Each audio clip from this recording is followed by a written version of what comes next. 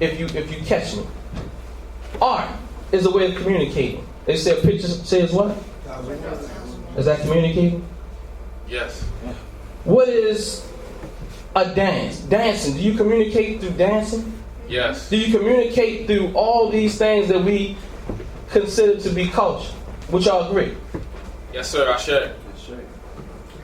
Where there is culture, there is community, commonality, communication, and communion. Again, where there is culture, there is community, commonality, communication, and communion. However, where there lies a lack of culture, there is a lack of community, a lack of commonality, a lack of communication, and definitely there isn't any communion. So let's talk about why I say this. Communion is the sharing and the exchanging of thoughts and feelings on a mental or spiritual level. Ashe? Ashe. It's communicating mentally and spiritually. Communion. We're not talking about the cracker in the, none of that. What's that? The wafer in the wine? We ain't talking about cannibalism here. We're talking about communion with you and your significant other. I find that this is one of the areas that plague us in most of our relationships. One partner refuses to grow and develop their self. Now that is a problem. When you have one who's seeking growth, who wants to develop in many areas and one stays stagnant in the state that they have been in since the age of 5, there becomes a problem. And then you hear things like this, oh, they changed. Oh, you changed. But we're supposed to change. We're supposed to evolve as we grow. And I'm telling you, if you do not evolve with your partner, one will leave the other. Mentally, spiritually, or physically. You could be living together for 70 years. But if you do not evolve with that person that you took an oath to hold and be in your life for years to come, if you do not evolve with that individual, you will split apart. Mentally, or spiritually, emotionally, or physically. Now, physically is the most apparent case of splitting up. But what is it to be with someone for 50 years and you guys have nothing that you can communicate about? Besides what Dr. Shaka Musa Barrow Shingo says is the midnight hour. It's more than that midnight hour. Right? Ashe, that's right. You gotta be able to connect on many other levels. Ashe? Ashe. So one partner refuses to grow and develop their self, and while the other partner does the work on developing their self. The other partner doesn't understand or doesn't see the significance in the other developing in these areas, and many times can be the contributing factor to the person not reaching their full potential. Sometimes we become the person who holds someone down because we do not want the other person to move forward because we're not progressing in our growth. We're not growing. We just want things to be the way it's been since we met. But things have to change. You have to evolve. Evolve is moving forward progressively. It's not degressing. It's not staying stagnant. It's progressively moving forward.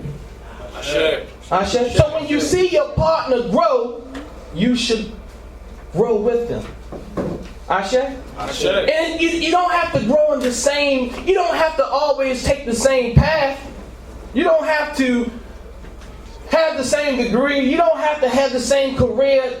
But the thing that we all need to work on is our spirit and our mind, our intellect. We need to work on these things. Our bodies become old. They become frail. But our minds should always sharpen. Because if you can't communicate on a level or on the same level, I'm telling you that the relationship will not last. It would even break up physically, emotionally, spiritually, or so on. Ashe? Ashe. Y'all with me? Yes, sir. How y'all feeling? Great. Y'all said, wow, man, y'all, that wasn't a good thing. I'm feeling great. Y'all like, oh man, I don't want to hear this. That sounded like, oh my God, somebody hitting me in the head. I'm thinking. I know it's somebody here thinking about their life, thinking about their relationship, but these are true realities. Ashe? Ashe, sir. My motto, when I give advice to couples, when I coach couples, I coach them by saying families that grow together, stay together. You know, they say families that pray together, stay together. Families that read together, stay together. You know, all these things. Reading attributes to growth, but we have to grow on all levels. We cannot become stagnant in any level. Your bodies will die together, but your mind should grow together. Ashe? Ashe. How do families grow together? There must be a culture established. Before we get into it, I would like to define, you know what, I already defined the 5 sequential definitions of culture, Ashe? So I'm going to go past that because I wanted to go out of order so that I could set the ground. So I've defined what culture is in your Webster's dictionary, in your, whatever dictionary. And I mean, by many ways I agree with it. But in my studies, I have found a definition of culture that I say that I bear witness to. Brother Raul Nefa Amen, in his book, The Afrocentric Guide to a Spiritual Union, defines culture. And I, again, use his definition of culture because I bear witness to it, not because he said it. He did say it, but I bear witness to that it's true and it's true and correct. Ashe? So I'm going to go to Raul Nefa Amen's book, The Afrocentric Guide to a Spiritual Union, and I'm going to take an excerpt out of it. And he talks about culture. So listen. Culture. To gain a clear understanding of the term culture, we must reference it with its opposite. Y'all got that? We must reference it with its opposite. Wild. The opposite of culture is wild. If you cultivate something, it's no longer wild. Ashe? Ashe. The term culture pertains then to the group of, this is Raul Nefa Amen again. The term culture pertains then to the group of terms that include agriculture, cultivate, cultigens. He says here in parentheses that a cultivated plant not known in a wild form, etc. Running through all these terms is the idea of the human effort and form. This is still Raul Nefa Amen. The object in every case is to improve, refine, customize, and so on. Culture, in his words, then is the set of ideas and agencies used to change the wild behavior in people into the refined social qualities that are required to bring about harmonious and stableness. Hence, a prosperous society. We can conclude correctly that the problems in society are caused by wild behavioral patterns that have escaped the acculturation process for whatever reason. We will look at these as we go on. This is what he's saying. It is enough now to note that the behavior characterizing the childhood of humans can be classified as wild. And to the degree that these can be changed through the cultivation of proper behavioral patterns, will determine the degree of harmony in society and the success of its various institutions, family, government, etc. Y'all catch that? Are y'all with me? Yes. Anybody lost? Anybody understand? He's saying that through the process of cultivation, you can take something and make it better. Ashe? Ashe. Culture, or the lack of culture, has been overlooked as a cause for relationship issues. See, we always want to go and get the quick fix. We don't want to ever go and look at what the true problem is. You can't fix anything unless you tackle the matrix, the matrix of it. Ashe? Ashe. We know that our ancestors have been stolen from their natural environment, right? Yes. Given foods that are not innate to them, the foods that are alien to them. Ashe? We know this, right? We know that some of the foods that they eat don't work too well for us, right? We're conscious now. We know this, right?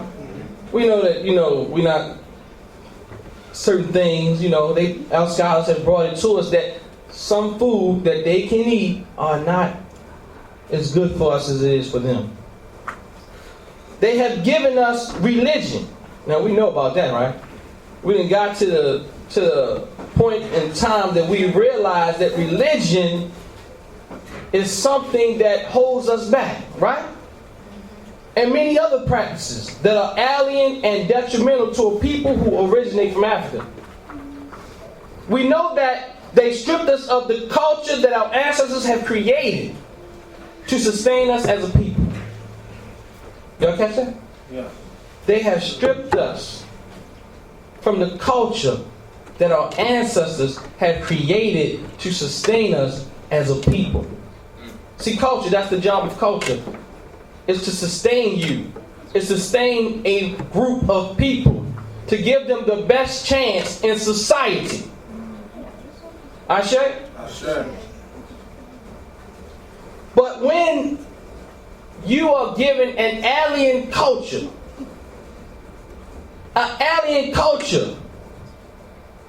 for some other group, the group that lives off of you, when you adapt to that culture, you are killing yourself.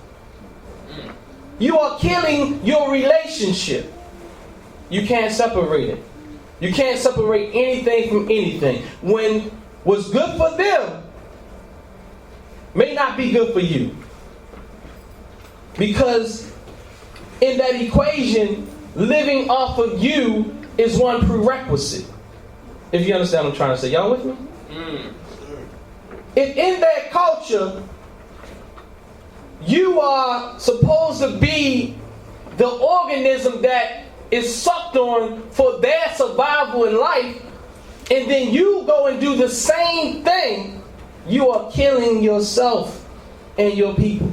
You are sucking the blood out of you and your people. Ashe.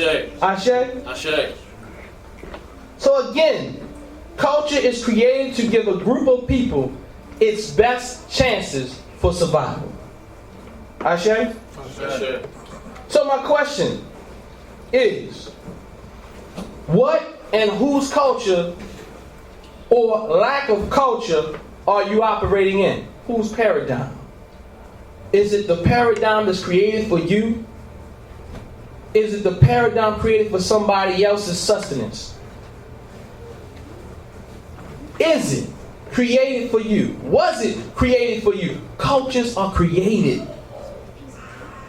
Ashe? Ashe. Cultures don't happen by happenstance. They just don't fall in place. You plan culture. Ashe? Ashe.